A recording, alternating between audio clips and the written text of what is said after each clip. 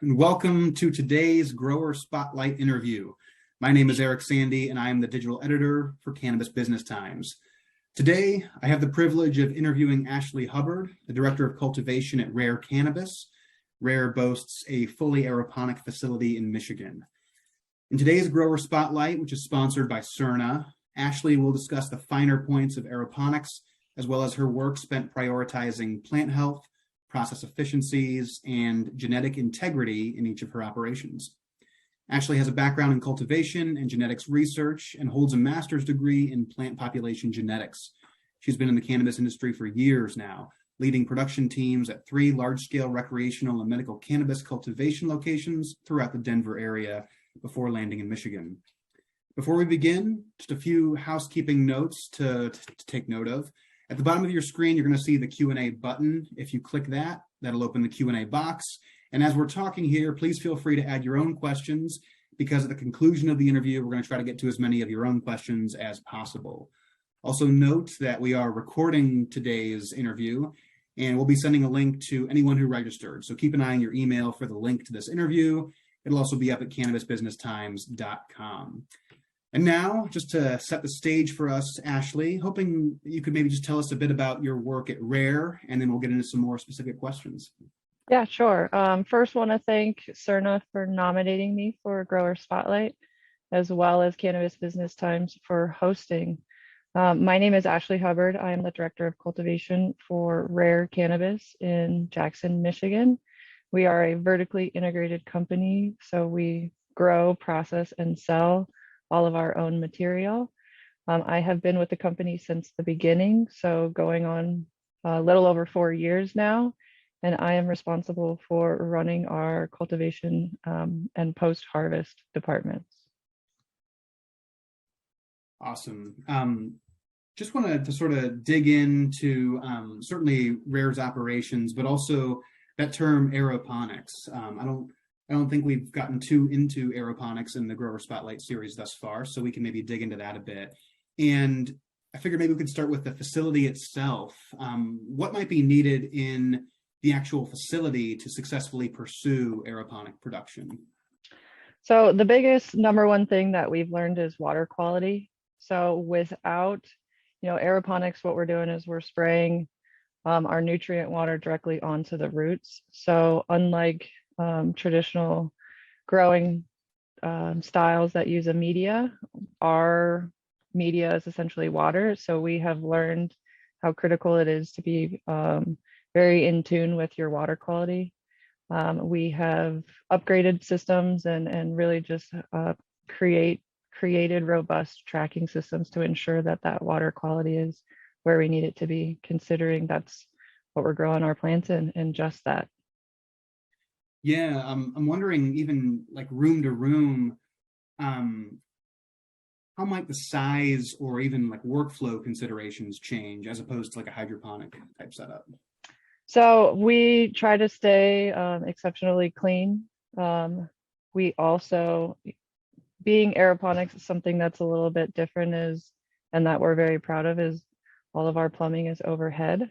So we utilize Essence grow systems, and the benefit of kind of having it all overhead is, there's less hoses in the way, but it keeps everything kind of consolidated. So when we were kind of creating these grow rooms, we had biosecurity very top of our list, but we also have a very nice clean system. All of our tables kind of move mobily. So in our setup, every room is 9 rows of 9 tables. They're all independent, and we can kind of utilize and push plants together if we need that light overlap, open up rows when we need to do plant work. But we try to keep everything as clean as we possibly can, I would say, is one of the big things.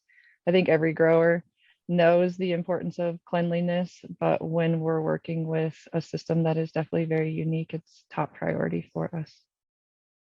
Absolutely. And yeah, it sounds like, you've made it easy to get around, which probably translates to a bit of ease with the transplanting process as these plants are going through the series of production phases.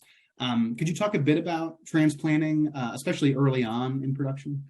Yeah, so unlike traditional media grows, which I came from Colorado, we have what's called a one-step transplant. So this is actually one of our pots that we use. So in our system, when we're cloning, we will put a neoprene puck in here, clone in the puck. This ends up going straight into our clone system.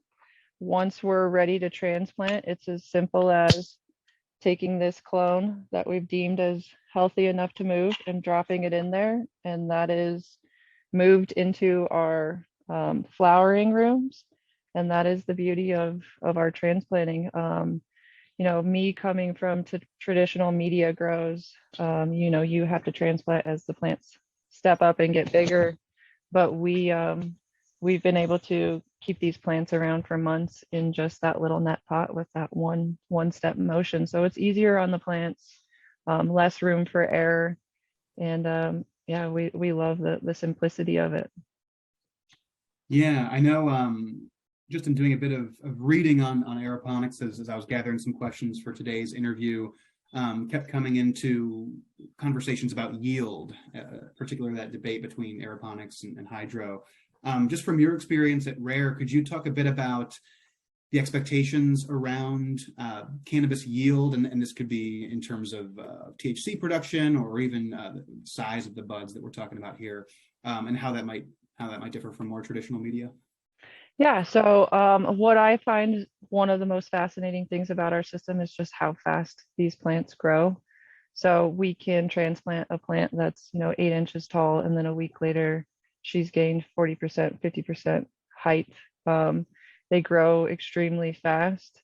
We hypothesize that that is because they're obtaining all of their oxygen needed at their roots. Being not in a media, they are able to just have this explosive growth. With the benefit of that too, is we're able to actually turn over every flower room 5.2 times a year. So we get an additional amount of harvest compared to traditional because our veg time is so short. We are only vegging for anywhere from 7 to 9 days. Anything past that, we have found actually are too big, and we have to do that much more plant work. As far as yield goes, I would say it is in alignment with all other styles of growing, because this is such a meticulous way of growing, and we have the data that's provided. We're able to make fine-tune adjustments unique to each strain in real time, which allows us to really maximize those genetics. Yeah.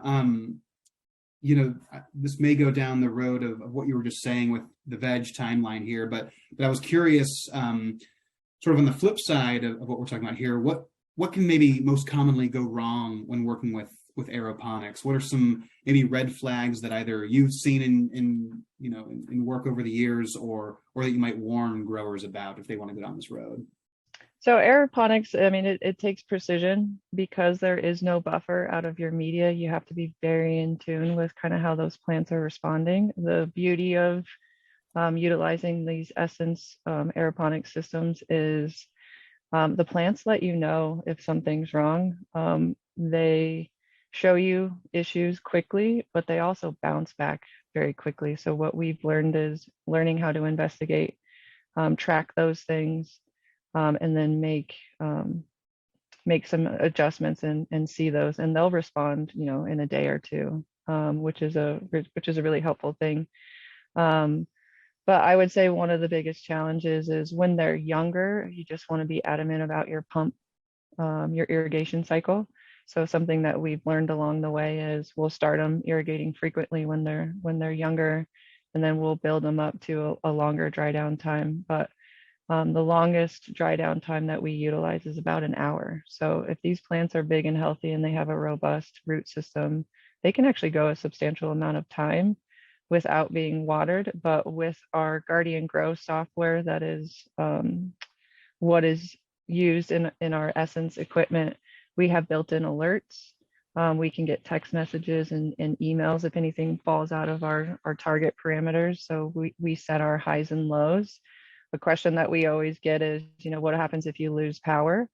Obviously, these systems are super critical to be able to run those key components. But when we set up our building, we compartmentalized all of the crucial things, all the necessary things. Should we have a power outage, everything that is needed to maintain those plants is on a different emergency backup generator, so that we can make sure that all those critical things are running. In a power outage, we're not concerned about making sure our grow lights are on. We're concerned about irrigation. But with the help of those built-in alerts, we get real-time updates and can have somebody jump in and troubleshoot if necessary. Yeah, I'm actually, just while we're on this, I'm going to bring in one audience question. I'll just remind folks too who maybe jumped in a little bit late that we've got the Q&A button at the bottom of your screen. Feel free to add your questions there. But while we're on this topic and before we get away from it, we do have someone asking about how might you mitigate clogged nozzles in this process, and either identify them and quickly address that. So with the setup of each one of our tables, they designed the spray manifolds to make sure that there's always at least 50% coverage should you lose a nozzle or an emitter. But we like to utilize, at the end of a cycle when we're getting ready to rotate a room, we will utilize BioSafe's Green Clean Sanidate combination. So we do end up having to replace some, but if you can relieve some of that pressure down the line and not have all of that stuff potentially go into the smallest piece, your emitter, you can save yourself a lot of emitter replacement. But it's natural you're going to lose some, but luckily they designed those emitters to always have coverage should you lose one. Awesome. You were also just describing this idea that the plants will let you know if there's an issue. And of course, with aeroponics, you do have the benefit of being able to see the visual cues from the plant's roots. Anything specific there that you'd want to flag for growers, either in terms of coloring or size, that might be one of those very clear visual cues? Yeah, so they definitely, it's a benefit for us when we say, for instance, first transplant, we know when the plants are ready to kind of have their light intensity increased and their EC volume increased.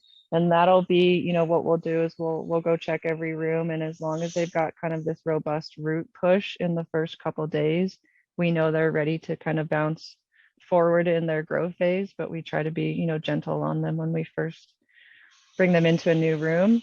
But we always kind of peek in and take a look at root health. And I always say, a healthy root looks and smells, or it doesn't look, it smells like cucumbers. I've always said that. So you can definitely take a peek. Now, depending on what you're watering or feeding your plants, you can get discoloration. If you're using a high humic acid or something, you might see a little bit of change in the tint of your roots. But if you know that they're healthy and don't have any necrotic looking tissues, then you know that they're happy and healthy plants. Awesome. I'm going to zoom out here a little bit, but I know we do have one audience member just asking if you could just briefly repeat the veg times in your production. Yeah, so as soon as we take those clones and put them into these net pots, we will veg them for 7 to 9 days. Another benefit of our system is we put these plants in their forever flower tables, and all we do is change the light cycle. So we'll put them in their final flower table, let them veg under that proper lighting, and then leave them there and just flip their cycle. But it's a week to 9 days. Excellent. And we'll definitely get back to some audience questions shortly, but just in the interest of zooming out a bit and also recognizing that, we have some folks from Michigan in the audience, and we have plenty of folks who aren't in Michigan in the audience. Could you just maybe describe some of the notable characteristics of that market in particular, and how Michigan cannabis sales might help you make some decisions on what you're growing? Yeah, absolutely. So the state of Michigan has been a very well established cannabis state for, I think, going on 15 years. So it has been a medical market for 10 years before it was adult use. And this state was really built from the caregivers. So caregivers were able to grow a certain amount of plants per patient. And that's who really kind of led the way in this state, in my opinion. They're the ones that put in definitely a lot of the hard work, and we're very thankful for what they've been able to contribute. And so being in a state that has been so well established on the medical side, as well as, being about 3 years in, 4 years into the adult use, you see two ends of the spectrum. So, with that experienced style consumer, they are looking for specific things, the newest product lines, and things that are maybe a little bit more concentrate based, or certain terpene profiles, specific products. While you have people that are new to the industry, freshly legalized, you see a lot of consumers that are interested in entry level things. So we try to ensure that we have that full spectrum covered for anybody and what they might be looking for. So I would say that was definitely something very unique here. I feel like you have a wide diversity of user experience. And what that's meant for us is we're trying to stay what we call fresh. We want to stay fresh in the industry, but also understanding that as a grower and as a cultivation facility, you have specific timelines that you're working on. We're working with living organisms. You want to release a new strain, you're looking at a 6+ months timeline. So if you're trying to stay ahead of the game, you almost have to be predictive in what the next consumer desire is going to be, which sometimes you're going to make it and sometimes you're going to have a miss. But, it's all about understanding what your production is able to do, trying to find the cadence at which you're trying to release something new, and then try to get feedback. One of the benefits of being vertically integrated is we can get real-time updates on processing. How is this product washing for you? Retail, what are customers saying? Something that we try to do in staying in tune with that is we give a lot of our team homework. So we like to offer, if we're releasing something, we sample it out to everybody. What's your feedback? What are your thoughts on this? So we can get a wide range of feedback from them as well, because very much like the entire state, we have people that work for Rair that are on the full spectrum. Some people don't consume at all, and some people are, daily users. So we try to get their feedback as well, because we think that that's valuable information. Absolutely. And, speaking of, I have sort of an R&D question here, but also maybe a more general research question. Prior to cannabis, of course, you received your master's of biological sciences and spent time examining the genetic structure of some federally endangered plant species. And so this might just be because we're fresh off cannabis conference and research might be top of mind, but I was curious, what can non-cannabis plant research tell us about how to conduct research on cannabis these days? I love that question.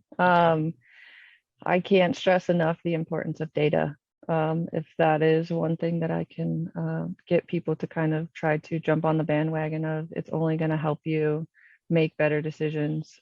So for us, what we try to do is track everything that we think may be helpful and maybe might not be. There's definitely metrics that we've tracked where we're like, okay, well, we don't need to do that. But for us, anything that we run, any new variable that we put in, we try to follow the scientific method of, first and foremost, what question are we asking?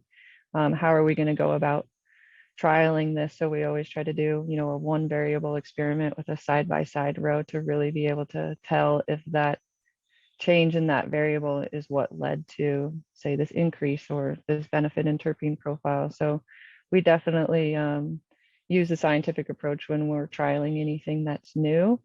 One thing that I will say is try to find yourself a system that works for you, whether that's taking pictures, whether that's finding, we utilize the Google suite of things. So we try to track any and everything, because as with anything, you have to find what works and also what doesn't work so you can learn from that. So we try to be very structured with what we try to run, and also instill that into our team to kind of think about what questions to ask. Yeah. You were, of course, on our genetics panel discussion just a few weeks ago at the Cannabis conference. So I wanted to get maybe a similar genetics related question in here and ask, you know, are there certain types of genetics that you've enjoyed growing aeroponically, or even specific cultivars that you've enjoyed working with most in the last year or so? Yeah, so cultivars that I've enjoyed working with the most, we are actually, we just released a new strain called Black Cherry Sherb under our Rare Exotics line. That is just beautiful, rich terpene profiles. We are also getting ready to, in the next month or so, release our third Ben Wallace undrafted strain called Supreme Grapes that we're really excited about. That has a unique terpene profile, actually a new terpene that we haven't seen as a dominant terpene. So we're really excited about that one. But we are actually expanding our genetics library as we speak. So next year, of course, following that cultivation timeline, looking at releasing some fresh new genetics to our repertoire. Awesome. Have you found that certain types of these genetics work better in an aeroponic environment as opposed to hydro? So I think the answer to that is you just have to try and see. I don't think that there's one kind of lineage that does better versus others, but one of the criteria that we've found is strain height. We can't facilitate growing super tall, lengthy strains. So we have actually had to omit some of those more generative plants from our list, just because the amount of plant work that they take. We have tried strains that just throughout the system just don't respond well, and you would never know until you try them. So for instance, we tried a Bubba Kush that just absolutely hated it. So we've learned it's a trial and error, just like everybody's grow setup is unique. We always try to give it a shot, see what works well, and see if the plants respond well. But something we've learned in all of our pheno hunts and genetic selection is don't just do one round of it, do multiple, because by the time you make the decision to get rid of that strain, she's going to show you all her glory of what she can do. And you're like, dang it, I got rid of that one. So I would say, you know, you just have to try and see, but just understanding how that fits into your business's schedule and kind of what amount of space you can allow them to be in while you're R&D. Yeah, absolutely. Of course, you know, as we're talking here, this interview is sponsored by Cerna, and wanted to just ask why you and your team might have chosen Cerna's products or services, or even their team. Yeah, so for us, biosecurity was top priority. So we are glycol cooled, so none of our grow rooms actually pull in any outside air. So that is one of our biggest benefits to using our chiller system. Because we're in Michigan, we were also able to cut down on some of our energy consumption with utilizing their dry coolers. So it gets to be below 38 degrees, the chillers actually shut off and our dry coolers come on. So we have less energy consumption because we're not running that compressor in the winter months. So that was definitely very advantageous. It's not always applicable in certain states that don't get cold enough, but and they have just had our back the entire time. You know, I was lucky enough to come into Rair while we were still designing our building. So, you know, I've been in the Cerna rooms looking at blueprints all the way up until, you know, getting these rooms running and troubleshooting and all of that. And so they've always been very supportive in making sure that our building is running to the best of its ability. Yeah, and yeah, those Midwest winters are no joke, that's for sure. And yeah, over these years, anything in particular that might be, you know, the best thing about working with that team? I know we've mentioned the idea of teamwork in passing here, but what's been some of the sort of the best things about working with Cerna? So They've always just taken the time, particularly in the setup. You know, if you ever have a question, they're always willing to jump in and answer. And if they don't, they'll pass it on to a colleague of theirs. So everything from looking at blueprints to dialing in our system to making sure that it's running effectively.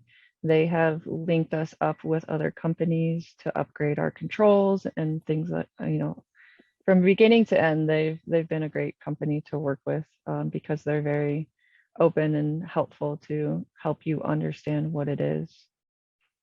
Yeah. Of course, here we are, we're talking in 2022. It's an interesting time in cannabis, and I suppose it always is. But one thing that I've enjoyed asking a lot of growers in recent months and years here is about kind of an advice question, I guess. And of course, you've spent years in cannabis, working your way through many different roles in this industry. And this might be a bit of an overarching question, but what kind of advice would you give to a determined grower who would like to step into the legal space in the near future here? I think it's a great question. I think with any market that's maturing, there's going to be a lot of competition. So advice to anybody that's looking to get into the industry is kind of get an understanding of what it is you would like to do. So what I mean by that is, you know, if you're looking to be a craft grower, if you're looking to be a biomass grower for processing, I think it's very important that you understand really what it is you're trying to make your business plan, and try to be good at try to be really good at a couple things. We definitely tried a handful of things starting off, and then, for example, you know, we at Rair, we package everything based on dominant terpene profile. So we started out with way too many strains, and now we've seen the benefit of dialing that back down and trying to limit ourselves to only so many strains so we can really get those ones dialed in. But another thing that I would recommend to any new grower is take the time to build your team up. You can have all the bells and whistles in a building, but I think your team is the people that are right there by your side, making sure that everything is running as you're intending. So there's nothing more valuable than the team that you have, and making sure you're taking the time to make sure they're getting what they need, and understand that they know what it is they're doing, because they're just as valuable as anybody in your company. So we try to do a strong focus on making sure everybody understands the why of what they're doing. So it's not just them feeling like they're another number. I would say understanding your building. It'll take you a long time to understand it, but I would say if you're looking into designing a building, just kind of think about what it is that your business strategy is, and maybe there's a couple things that you can design to make sure that those are covered. Yeah, I mean, we've done a number of facility design features over the years in Cannabis Business Times, and it's kind of a stalwart topic at Cannabis Conference too, just because there's some things about facility design that don't change all that much from year to year, and some things that certainly have changed quite a bit just in the last 5 years even. So I'm curious, if you were to talk with a team that might be trying to build out a commercial grow for the first time, or even considering things in the future of Rair, what are some considerations that you might want to make sure are on the table for a team that's going down that design route for a facility? I think it's a great question. So workflow, if you think about, again, going back to what it is, what are your business targets? Is it a certain amount of harvest per year? Is it a certain amount of strains?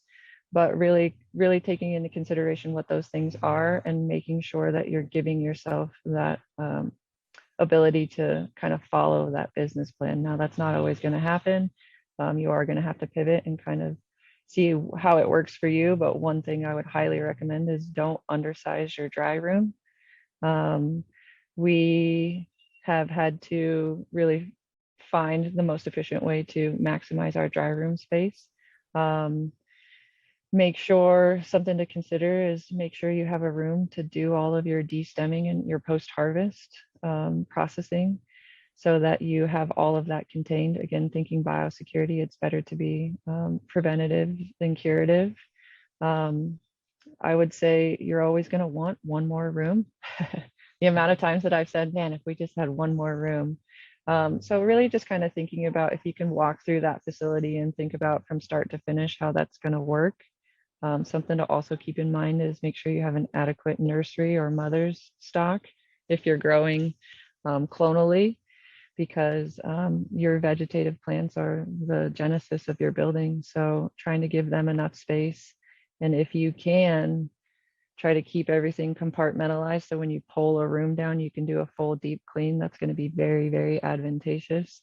And if you can, throw an R&D room in there. So one of the things that most growers would probably let you know is sometimes R&D, new pheno hunting, new clone selection. If you're putting, so for us, if we were to load one row into our rooms, that's 11% of our room.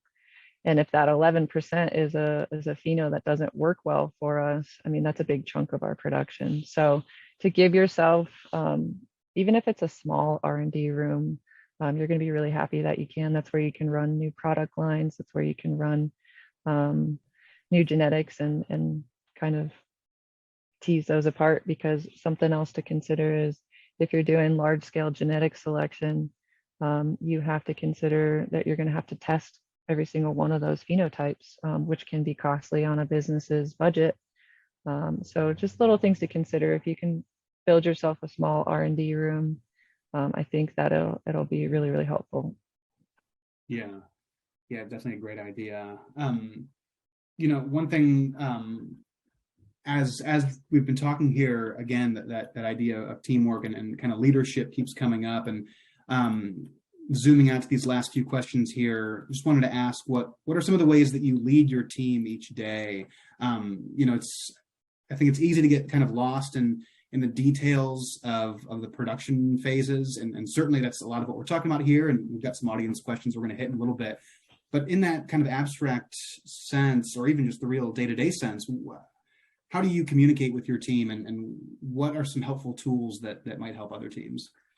Yeah, so one of the big things, is teaching them the why of what they're doing. Instead of it just being kind of a task, yet another task, harvesting, if you can let them know the amount of care that they need to take and all of the procedures and protocols that they follow, if you can explain in further detail to explain why this step is important and that they're contributing something beneficial to your company, I think it helps kind of have them feel a little bit more connected. And so we're very adamant on making sure everybody understands the why and feels safe to ask a question, because there are no silly questions. We want to make sure everybody's on the same page. Try to stay positive. I mean, you're gonna face challenges, but again, going back to note taking and all of that, if you can be faced with a challenge and learn, use that as a learning experience, I think that that's really helpful. But we like to also, going back to the scientific method, we try to empower them that if they have an idea of an experiment they'd like to run, we like to make sure that they kind of take the time to say, okay, we would like to try this new training technique. So we'll have them set up the experimental design, and then have them track it throughout the phase, and then kind of keep checking in with them to say, what is it that you're seeing? So really trying to give them the mindset of how do you ask critical questions, and how can we go about testing that. But I also think that it's important for you to be right there side by side with them. If you know what your team has to encounter and what the challenges are and what their advice on kind of solutions for that, I think it makes everybody feel more a part of the team and that they're contributing to the betterment of your business. So we try to learn from our mistakes, stay positive, and make sure everybody understands that they're valuable and their role is important. And I think that is definitely what we try to live by. Our CEO has been at the harvest table with us, harvesting plants when we've needed help. So I think it's definitely a team effort that we like to follow. Absolutely. I've just got one more question here, and then we'll turn it over to the audience, and certainly would encourage folks to hit the Q&A button, and we'll get to as many as possible. So kind of just a parting question from me, I suppose, as we look forward to the end of the year or even going to 2023, what's next for you and Rair? Are there goals that you're working on, either individually as the director of cultivation or as a company? And what can folks kind of keep their eyes on for you guys? Yeah, so I would say the release of Black Cherry Sherb has been great for us. So that was released not too long ago. In the next month, we're going to release our third Ben Wallace strain, which we're really looking forward to with that. Seeing if we can do any collaborations with other skilled growers, but also, we are opening up additional nursery space to bring new genetics in. So we're really excited to kind of get our hands on some new strains and see what we can learn about them and see how it works for cultivation, processing, as well as our retail. So looking forward to those. Awesome. We're going to hit a few audience questions here. One thing you had just a few answers back had mentioned this idea of packaging products according to dominant terpene profile. Just wondering if you could maybe elaborate on that a bit and sort of what that looks like, but also why you guys have gone that route. Yeah, so we wanted to, when we were talking about, what was our business goal, one of the big things that I wanted to make sure was on the forefronts was trying to move away from the traditional sativa indica. A colleague of mine in my research lab actually got her PhD examining the differences between, traditional nomenclature of sativa and indica, and found through her research that there actually isn't any differentiation. So we wanted to try to utilize a different, more predictive criteria that, our goal is any customer can come in and learn, they've had a great experience on this dominant terpene. So to give them that education and that understanding of, if you had this experience on terpinolene, odds are if you find another strain that has that dominant terpene profile, then you might have a similar experience. So we wanted to educate the consumer on something that was not sativa indica, but we also wanted to make sure we had a full range of customer experiences that they could have. So, we've got a relaxed end of the spectrum that's more myrcene dominant to more uplifting. So people could kind of pick their experience and learn about maybe what it is that that strain, that terpene profile, what does that do to, uplift them or help them relax. So. Awesome. Yeah, certainly a great example for the market, kind of one of those interesting ongoing conversations that everyone seems to be having. A lot of these next questions are sort of cycling back to the aeroponics topic. So we have one audience member asking about lighting, which we didn't really talk too much about earlier in this conversation. How is lighting factoring into both like the timing of plant growth, the timelines of that growth, and also just the fact that that we're dealing with root exposure here too? So luckily we grow under all LEDs. So we have Fluence LEDs in all of our flower rooms as well as our nursery. But as far as root exposure, the tabletop, you actually can't see into that tub. So there is no light that's actually transmissible through the tabletop. But you can utilize any lighting style with Essence equipment. You're just going to fix your light to their gantry and you can utilize any lighting style.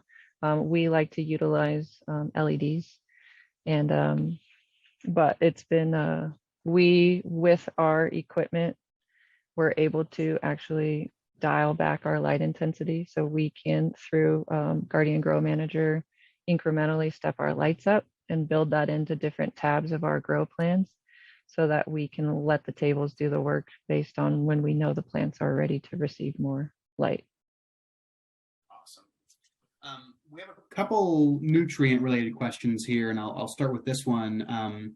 How do you track nutrient uptake, and what nutrients are moving throughout the plant? And how specific you want to get with that is your call, but how are you tracking that, and sort of, and are there aeroponic specific considerations here?